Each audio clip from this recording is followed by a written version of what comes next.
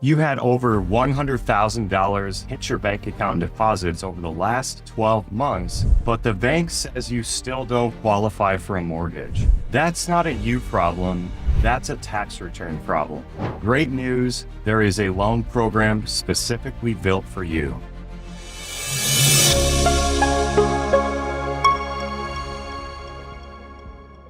I'm Ryan Marks, host of SCI Mortgage Podcast. In today's episode, we're going to break down how the bank statement loan works and why you don't need tax returns to buy a home if you're self-employed.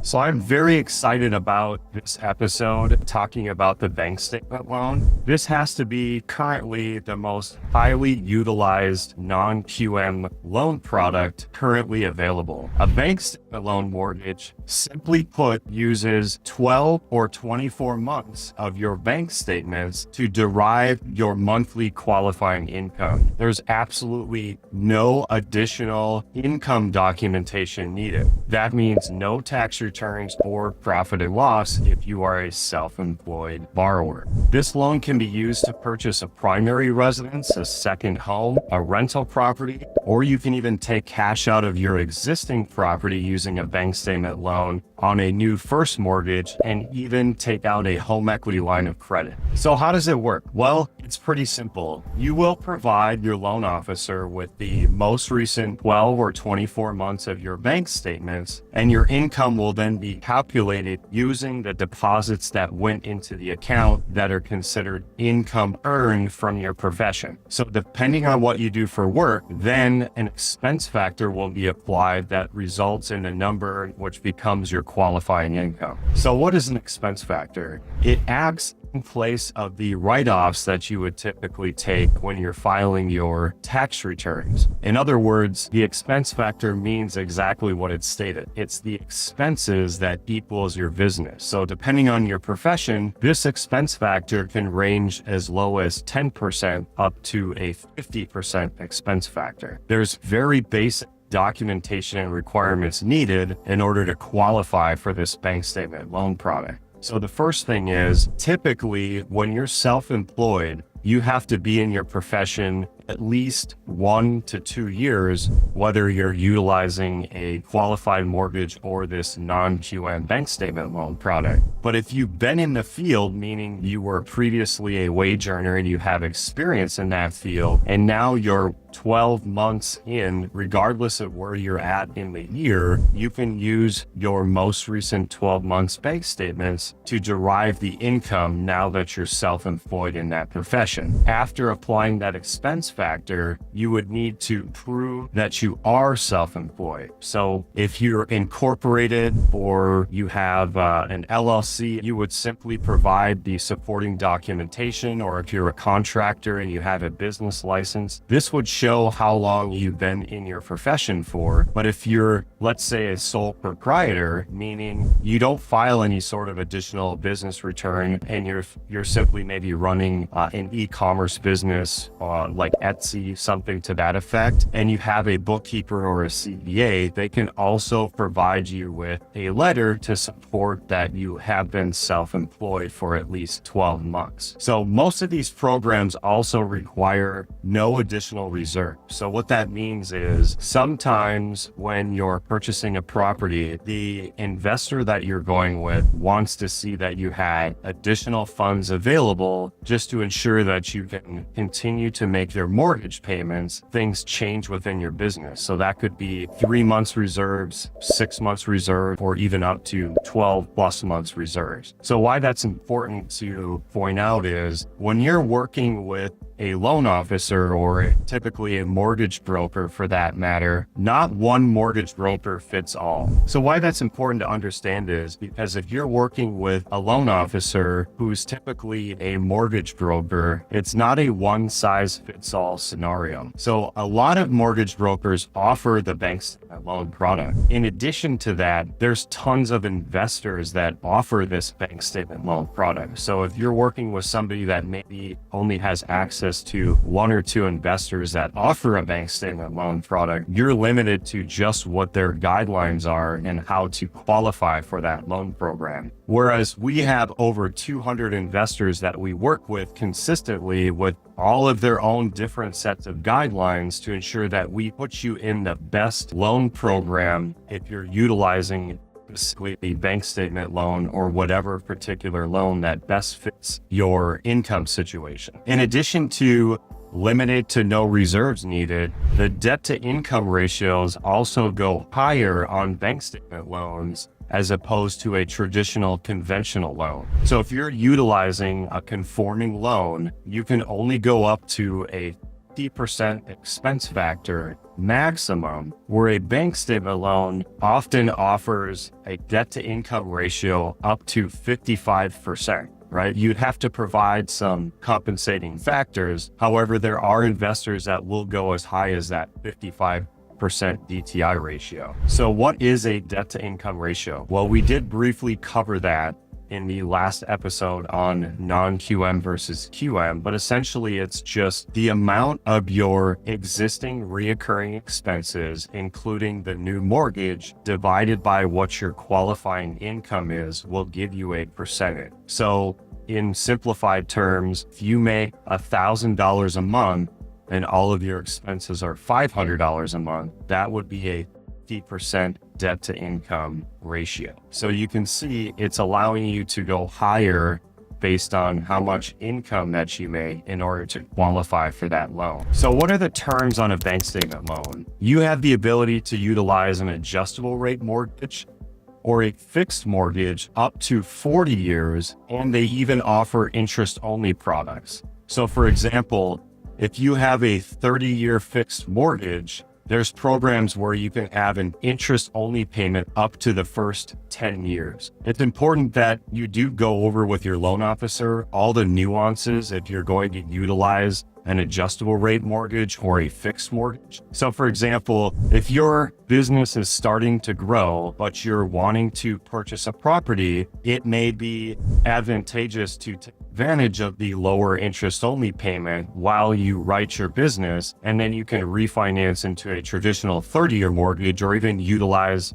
conventional financing once you filed your taxes and you're showing more gross adjusted net income, is one of the reasons why you would use an interest only payment versus a fully amortized payment. Or the 40-year mortgage, again, the investor is going to stretch out your monthly payment over 40 years, which would lower it versus a 30-year payment, making it easier to qualify for that payment while you continue to grow and then simply refinance into a 30-year fixed term later on, or even utilize conventional financing if you're at the point where, we qualified you with 12 months bank statements, and then the end of next year, you'll have a full 2 years tax returns, which are typically needed when you go the traditional QM route. You can take advantage of those interest-only payments in the meantime. It's important to understand, though, that the interest-only payment is only covering the interest to the bank. So whatever your interest rate is, that's what you're paying the bank on a monthly basis, and you are not paying your principal balance down at all. So whatever your mortgage is, you utilize the interest-only payment, say for up to the full 10-year period. At the end of that 10 years, essentially the loan becomes a 20-year fix. So you will see an increase in payments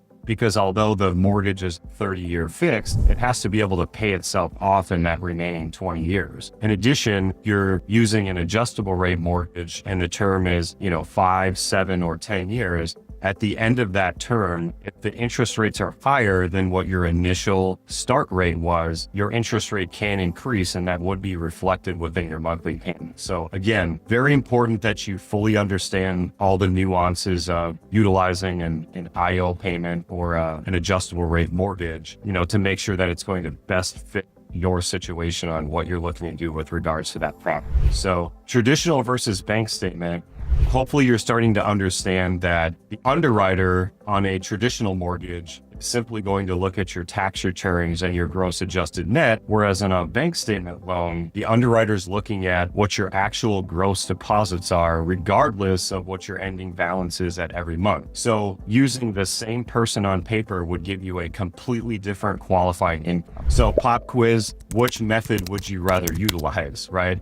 So some examples of who this loan would be a good fit for. If you're running an e-commerce business like Amazon or Etsy, or you're a gig worker, or you recently transitioned from being a W-2 wage earner to now running your own business, the good news is you only need to show the current 12 months bank statements for wherever you're at in a year. So typically, when you're trying to qualify for a traditional mortgage, the underwriter's only going to use what your most recent filed tax returns are. So if you filed for the previous year, and let's say currently we're in the month of June, they're not going to take into consideration any of the income that you've earned for this year until you filed your tax returns. On top of that, even if you are using your tax returns, you still have to provide a year-to-date profit and loss to the underwriter. And if the income's better, they're not going to use it. But if your income is trending down,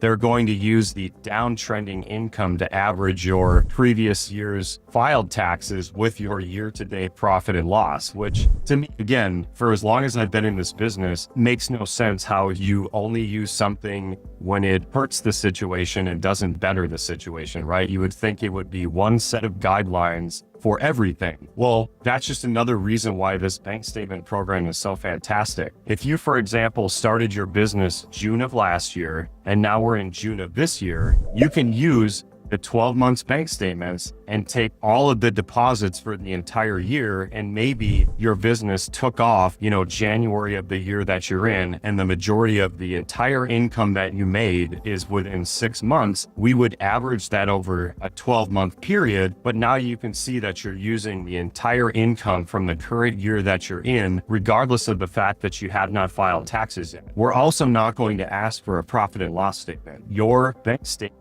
is your income. It's using those deposits that go in. So as long as they're derived from your profession, they're considered usable income once we apply that expense factor, right? The other thing is if you have gaps in employment, right? So if you started one job and maybe working at that job, and then you move to the next job, and now you don't have a history at the previous job, all of these things are looked at when you're utilizing like the, qualified conventional mortgage standpoint. This is a vehicle to get you into your home. Or another example of how the bank statement loan works is you can actually commingle your income. So let's say you do work a traditional 9-to-5 wage earner job and you receive a W-2, but you have a side hustle where you have an e-commerce business, or maybe you're a rideshare driver and you're bringing in that additional income. You can actually take all of the W-2 gross wages, just like you would when going the conventional route, and add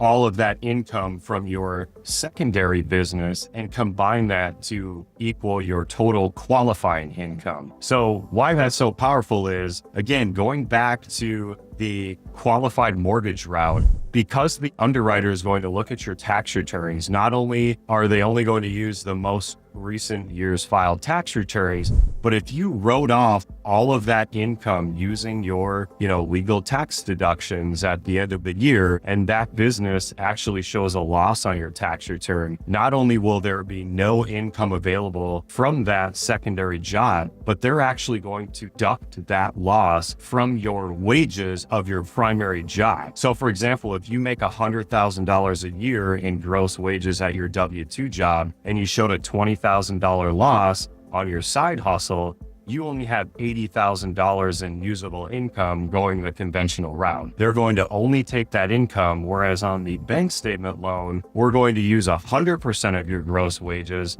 and all of that income that was deposited into your bank statements. So how is that bank income actually calculated? I'm going to actually head over to the seimortgage.com website where we have a mortgage calculator where you can actually calculate your own proposed bank statement income to see what your qualifying income would be to purchase a house. So you can see how the bank statement loan is such a powerful loan product in comparison to a traditional conventional loan.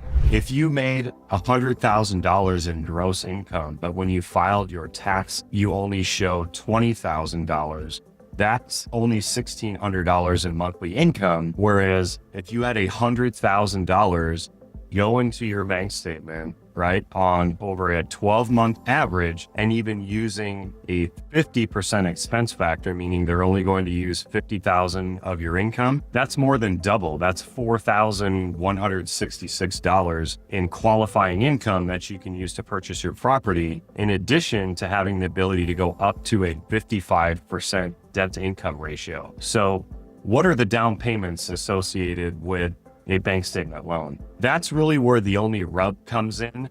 Unfortunately, you can't utilize the down payment assistance programs or first-time home buyer or grant products. Those are only available for traditional, qualified mortgages, conventional finance. So on a bank statement loan, currently the minimum down payment is 10%. So you'd have to put a 10% down payment if you're purchasing a primary residence. But the good news is that 10% down payment does not have any monthly mortgage insurance associated with the payment. So that means whatever your interest rate is on that 10% down payment, you're only going to be paying the principal and interest payment in addition to your property taxes and homeowners insurance. Whereas on a qualified mortgage, when you're putting less than 20% down, typically you have to have a mortgage insurance premium or MIP, because that's essentially insurance on the loan for the investor if you should ever default on the payment. So what do interest rates look like on this program? That's one of the myths that we did bust in the previous episode, that bank statement loans or other products like this come with high interest rates. That's actually not the case. If you're going with, say, a standard 20% down payment on this bank statement product, the interest rates are often only an eighth to maybe 1/4% higher than what it would be on a conventional loan. If you're utilizing a fully amortized product, the entire way, or wait until interest rates drop. So you can utilize this loan product if your business is starting to grow and have the ability to purchase a property and still have a very competitive payment while you either wait for interest rates drop to, move into a refinance market, which hopefully that happens sooner rather than later. Or you have the option to use an interest-only payment, where those programs are not available in the conventional space. So you can't use this 30-year fix with the first 10-year interest-only program. And again, if you use that product, that also will not have any monthly mortgage insurance associated with it. So it's just the interest only payment based on the mortgage balance in addition to your taxes and insurance. So there's so many nuances available with the bank statement loan, how you can use it as a vehicle when you're purchasing a property. If you're buying second home or investment property, again, you can use the bank statement loan on an investment property. You do have to put a minimum of a 20% down payment on an investment property. But guess what? If you're buying a multi-unit property that's 2 to 4 units, you cannot use conventional financing unless you put a 25% down payment or greater. So this product allows you to put 5% less down, and you also have the ability, again, if you want to utilize an interest-only payment. If your intention is to just make sure you're breaking even on that property or positive cash flowing while you write that property, meaning you're going to put some money into the property, you're going to get it up to fair market rent and then refinance that loan later, or interest rates drop and you refinance that loan later, you have the ability to make sure that you're covering all in on the investment piece. So you're at the very least breaking even. So the bank statement loan, simply put, It translates real deposits into qualifying income. It is truly built for the self-employed borrower in mind, because why shouldn't you have the same opportunities as a wage earner just because you have an entrepreneurial mind, you took a chance on yourself and made a profitable business offering your products and services just for the banks to tell you no. Sorry, you can't play in our sandbox. Go get a W-2 job and call us back. You're not unqualified. You're just mismatched with the wrong loan product. For tons of additional tools and resources or to qualify your bank statement income, head over to seimortgage.com, linked in the description, along with our free loan calculator. Check out our next episode explaining QM versus non-QM on the screen now. Thanks for listening, and remember, let your money work smarter for you, not harder.